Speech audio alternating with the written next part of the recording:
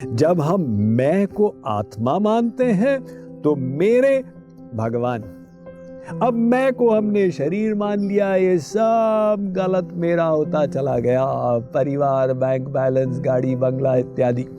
लेकिन ये जो गलत मेरा है, इनमें से एक बहुत इंपॉर्टेंट है और इसकी शरणागति से हम माया से परे जाएंगे। ये क्या है? ये है हमारा मन। अगर मन का संयोग शरीर इंद्रियों के कार्य का न हो तो उन कार्यों का महत्व नहीं होता। इसलिए भगवान कहते हैं कि तुम्हें मुझे अपना मन देना होगा। ये मन ही बंधन और मोक्ष का कारण है।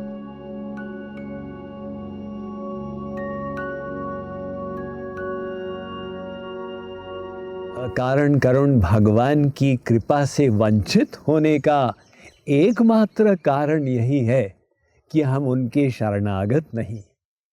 और शरणागति में आने वाली 8 बाधाएं आप लोगों को बताई गई। उनमें से 7 का हमने विशद निरूपण किया। अब 8वीं बाधा पर आज विचार करेंगे। ये क्या है? प्रश्न ये है कि शरणागति करनी किस चीज की है? क्या क्या है हमारे पास जो हम भगवान के समर्पित कर सकते? शरीर, मन, संसार का सामान, परिवार, बैंक बैलेंस इत्यादि, ये सब मेरा है ना? वैसे तो ये सब गलत मेरा है। आत्मा का मेरा एकमात्र भगवान है। तू ही तू ही तू ही तो है मेरा नंद नंदन। मैं भी तो हूँ तेरा नंद नंदन।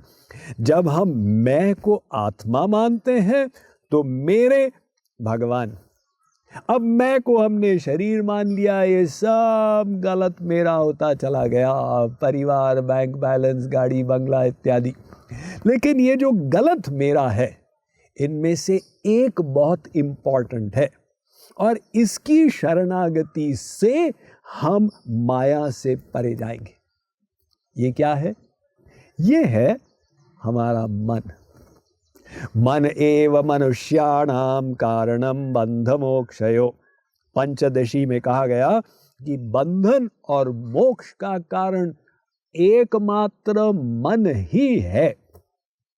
भगवान कहते हैं तुम मुझे अपना मन दे दो।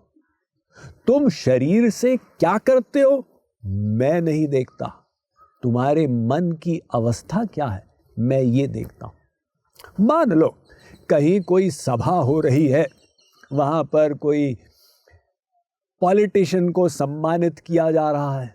अब वो दूसरी पार्टी का है, आप दूसरी पार्टी के हैं। आप गए उसे फूल माला पहनाने के लिए, लेकिन मन में भाव ये है कि साहब ये तो दूसरी पार्टी का है। आप उसको फूल माला पहनाए और सोच रहे हैं काश मैं उसको जूतों की माला पहनाता। भगवान कहते हैं तुमने उसको जूतों की माला पहनाई। अजी साहब मैंने तो फूलों की माला पहनाई। नहीं नहीं, आपने जो सोचा ये भगवान ने नोट कर लिया। मान लो किसी ने आपका बुरा किया, अब आपने कहा काश मैं इसकी पिटाई करूं, लेकिन हट्टा कट्टा है कर नहीं पाऊंगा, लेकिन काश मैं इसको एक कस के झापड़ लगा देता। भगवान ने नोट कर लिया, आपने इसको झापड़ लगा दिया। अजी साहब मेरे हाथ तो शरीर के पीछे थे, मैंने हाथ उठाया भी नहीं। नहीं नहीं, आपने सोचा वो भगवान ने नोट कर लिया। अर्थात ईश्वरीय क्षेत्र में मन का महत्व है, शरीर का महत्व नहीं है। कोई पूछ सकता है कि ऐसा क्यों साहब, भगवान मन को इतना इंपॉर्टेंस क्यों देते हैं? कारण यह है कि बिना मन के संयोग के शरीर के कार्य का महत्व नहीं होता। जैसे आप प्रवचन को सुन रहे हैं, आप कानों से सुन रहे हैं, किंतु मन का संयोग भी है। और सुनते सुनते यदि मन भटक गया, वो वाक्य गायब हो जाएंगे। मैंने क्या कहा? स्वामी जी मैं कुछ और सोचने लग गया था। हाँ हाँ ठीक है, लेकिन शब्द तो आपके कान में पड़ रहे थे। हाँ, वो मेरे कान पवित्र हो रहे थे। ये हमारे भारतवर्ष का सिद्धांत है, कान पवित्र करने का, मन नहीं। जब बूढ़े हो गए, घर में कोई पूछता नहीं, कोई वैल्यू नहीं करता, टाइम पास कैसे करें? सत्संग में जाके अपने को धर लो। और सत्संग के बाद यदि कोई पूछे कि पंडित जी ने क्या समझाया, अजी साहब हमको क्या लेना देना, क्या समझाया, हम अपने कान पवित्र कर रहे थे। अर्थात मरने के बाद कान चले जाएंगे गोलोक, हम यहीं पे रह जाएंगे। तो देखिए, कान पवित्र करने हैं, आप साबुन और पानी से कीजिए, हमें मन को पवित्र करना होगा।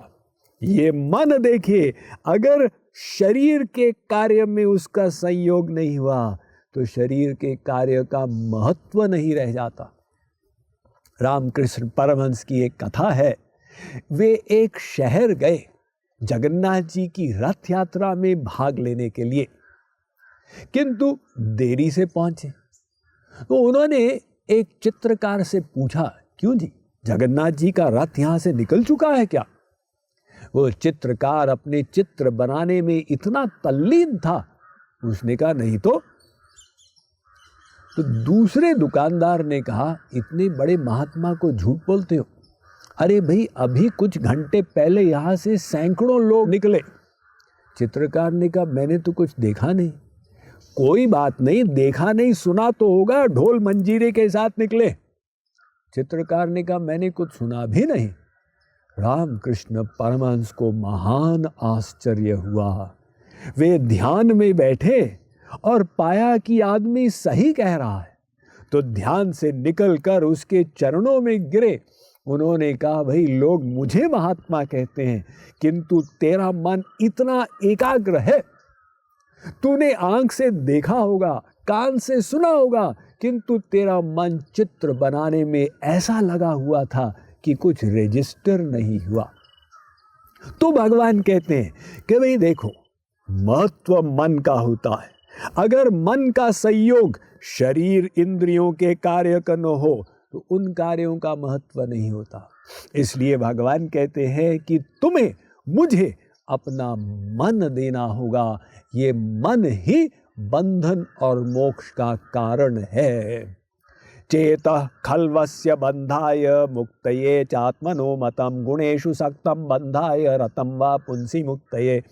ये भागवत में 3रे स्कंद में महर्षि कपिल अपनी माँ देवहूति को कहते हैं, हे माते, चित्त यदि संसार में आसक्त है तो बंधन है, चित्त यदि भगवान में लग गया तो हम माया से परे हो जाएंगे।